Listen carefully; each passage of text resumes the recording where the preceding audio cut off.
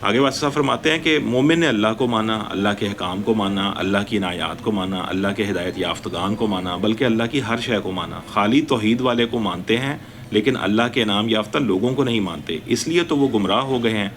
یہ تو ایسے ہے کہ جیسے آپ ایک آدمی سے کہیں کہ میں آپ کو ایک بہت اچھا فنکار مانتا ہوں لیکن میں آپ کی تصویریں نہیں مانتا، تو یہ تو پھر فنکار کے لیے بڑی ناراضگی والی بات ہے۔ تو یہ کیا بات ہوئی کہ فنکار کو آپ بہت اچھا آدمی مانتے ہو، you are a great man, لیکن اسے کہتے ہو کہ اپنی پینٹنگز کی بات چھوڑو، وہ تو آپ کو نہیں آتی۔ تو آپ اللہ تعالیٰ کو اس لیے مانو کہ اللہ تعالیٰ نے ہمیں پیغمبر عطا فرمائے، اور پیغمبر عمل کے بغیر بنتا ہے۔ اگر پیغمبر عمل سے بنتا تو پھر آج بھی کوئی انسان پیغمبر بن سکتا تھا۔ آج پیغمبر نہیں بن سکتے۔ کیوں نہیں پیغمبر بن سکتے؟ جبکہ عمل موجود ہے۔ شاید تہجد کے بعد پیغمبر بن جائیں گے، بالکل نہیں۔ یہاں سے تو بندہ گمراہ ہوا ہے۔ اس نے کہا کہ پیغمبر عمل ہی ہے اور ہم بھی عمل کر رہے ہیں، تو ہمیں بھی پیغمبر بنا لو، نبی بنا لو۔ ہم بھی پورا عمل کرتے ہیں، فقہ آتی ہے، حدیث آتی ہے، قرآن آتا ہے، علم رکھتے ہیں، عربی دان ہیں، فارسی دان ہیں۔ پیغمبر کے پاس یہی کچھ ہوتا ہے، لہٰذا آپ مجھے نبی کہہ دو تو وہ گمراہ ہو گیا اور کافر ہو گیا۔ تو مدعا یہ ہے کہ پیغمبر کیسے بنتے ہیں؟ اللہ کی مہربانی سے پیغمبر بنتے ہیں۔ کوئی عمل ایسا نہیں ہے کہ جس سے کوئی پیغمبر بن سکے۔ پیغمبر عمل والے بھی ہیں، علم کے بغیر بھی ہیں، بادشاہ ہیں اور ان کے پاس سرکاری علم ہے۔ پیغمبر لوہار بھی ہیں، ان کو لوہار نہیں کہنا چاہیے لیکن ان کے ہاتھ میں لوہا نرم ہو جاتا ہے۔ پیغمبر کو چرواہا نہیں کہنا چاہیے لیکن پیغمبر بھیڑ بکریاں چراتے ہیں۔ اس پر اقبال رحمۃ اللہ علیہ نے پورا شعر کہا کہ اگر کوئی شعیب آئے میسر، شبانی سے کلیمی 2 قدم ہے۔ یہ شبانی کیا ہوتی ہے؟ گلہ بانی کو شبانی کہتے ہیں۔ تو بھیڑیں چرانے والے پیغمبر بنے۔ ہاں پیغمبر یہی ہے، بس یہ اللہ کی مہربانی ہے۔ تو پیغمبر کیا ہے؟ اللہ کی مہربانی، جسے چاہے نواز دے۔ موسیٰ علیہ السلام نے کہا یا اللہ آپ نے مجھے پیغمبر بنا دیا، رسول بنا دیا، تو بات یہ ہے کہ میری زبان میں لکنت ہے۔ تو اللہ کریم نے فرمایا کہ چلو پھر تجھے کلیم اللہ بنا دیتے ہیں، یعنی کہ جو بات نہ کر سکے وہ اللہ کریم سے بات کرتا ہے۔ کمال کی بات تو یہ ہے۔ تو موسیٰ علیہ السلام نے کہا کہ دنیا کے لیے کیا کیا جائے؟ تو اللہ کریم نے فرمایا کہ تیرے بھائی کو پیغمبر بنا دیتے ہیں۔ تو بھائی کو بھائی کے کہنے پر پیغمبر بنایا جا سکتا ہے، یعنی کہ بہت کچھ کیا جا سکتا ہے۔ نبی کے کہنے پر بہت کچھ کیا جا سکتا ہے، پیغمبر کے کہنے پر بہت کچھ کیا جا سکتا ہے، رسول کے کہنے پر بہت کچھ کیا جا سکتا ہے۔ کیا ہوتا ہے اور کیا نہیں ہوتا، ان کے کہنے پر سب کچھ ہوتا ہے۔ یہ صرف آپ کے ہاں نہیں ہوتا کیونکہ آپ لوگ پاگل ہو گئے ہو، اس لیے یہ سب نہیں ہوتا۔ آپ لوگ علم پڑھتے رہتے ہو، تعلیمیں حاصل کرتے رہتے ہو، آپ لوگ کہتے ہو کہ علم ہے اور پھر عمل ہی عمل ہے، اور لوگوں کو کہتے ہو کہ اگر 1 رکعت چھوڑ دی تو پھر 17,000 سال دوزخ کے کنارے پر الٹے لٹکائے جاؤ گے۔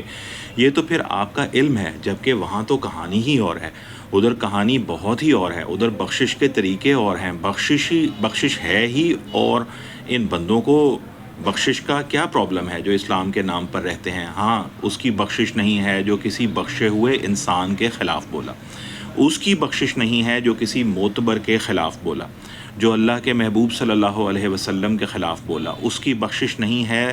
تو وہ معتوب ہے۔ معتوب کون ہے؟ جو کسی محبوب کے خلاف بولے۔ یہ چھوٹی سی بات ہے اور آپ اس کو ضرور یاد رکھو۔ پھر آپ کیا عبادت کرو گے؟ تو پھر آپ کیا عبادت کرو گے؟ آپ صرف یہی عبادت کرو کہ محبوب کا قرب حاصل کرو، اور جن لوگوں نے محبوبوں کا قرب حاصل کیا تو ان لوگوں کو عبادت کا راز ملا کہ عبادت ہوتی کیا ہے، ورنہ یہ ساری بات صرف فارمولہ ہے اور اس کے اندر مغز کوئی نہیں ہے۔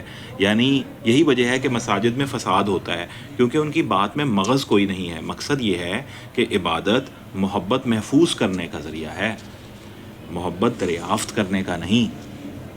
محبت پہلے حاصل کرو اور پھر عبادت کو محفوظ کرو، اللہ تعالیٰ کا شکر ادا کرو کہ اس نے آپ کو محبت عطا کی۔ تو محبت کس سے ہے؟ محبوب سے ہے۔ تو اس طرح سارا مسئلہ حل ہو جاتا ہے۔ جس نے گزرے ہوئے زمانے میں سے اپنے محبوب کی تلاش کرنا ہے تو آپ خود دیکھو کہ اس نے حال کو کیا کرنا ہے یا مستقبل سے کیا لینا ہے، بلکہ مستقبل اس کا ہے جس کا ماضی ہے۔ تو مستقبل کس کا ہے؟ جس کا ماضی ہے۔ آپ مستقبل کے لیے کہاں جا رہے ہو؟ ماضی والوں کے پاس۔ آپ کہاں جا رہے ہیں؟ ان کے پاس جو ماضی میں ہیں۔